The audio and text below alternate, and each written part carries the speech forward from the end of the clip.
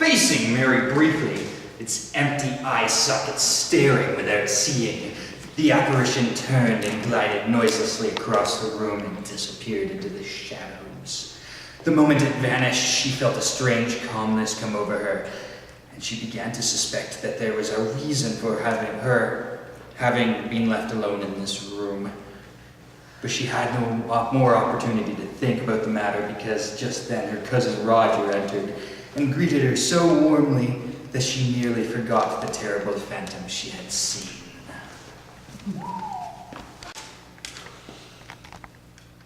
The next day was the 9th of November.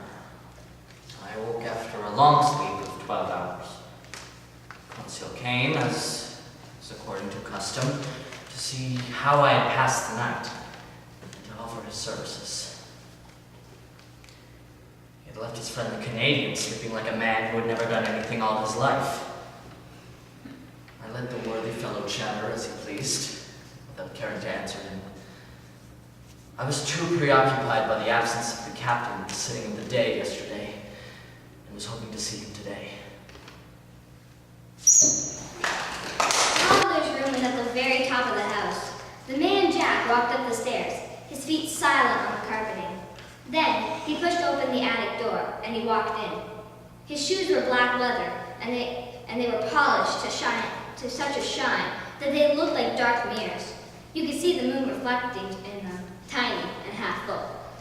The real moon shone through the casement window.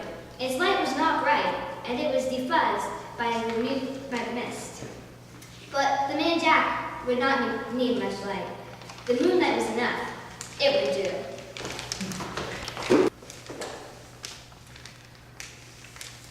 She loved men. She loved diamonds. But most of all, she loved dogs. Before the husbands and the Hollywood, and before she was the most famous face in the whole world, Elizabeth Taylor was a little girl growing up in England with a puppy her father had given her.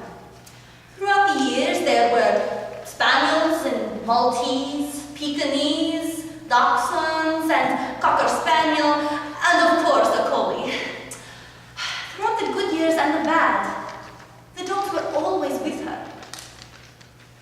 Get back to me. I think it's okay. Thank you for calling. He said that he was furious that anyone had the gall to challenge my integrity. He just wanted me to know I had a friend. He urged me to go out and do my darndest.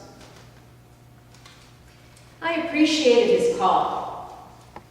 I told him this was indeed a difficult moment, but well, I intended to put my head down and battle through.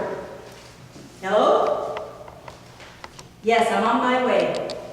I'll meet you there in 20 minutes.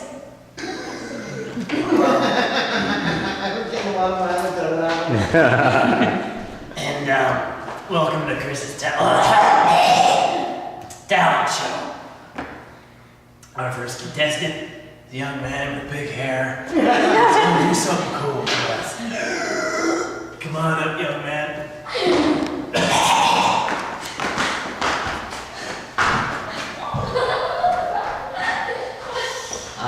My name is Brad, and I do impressions.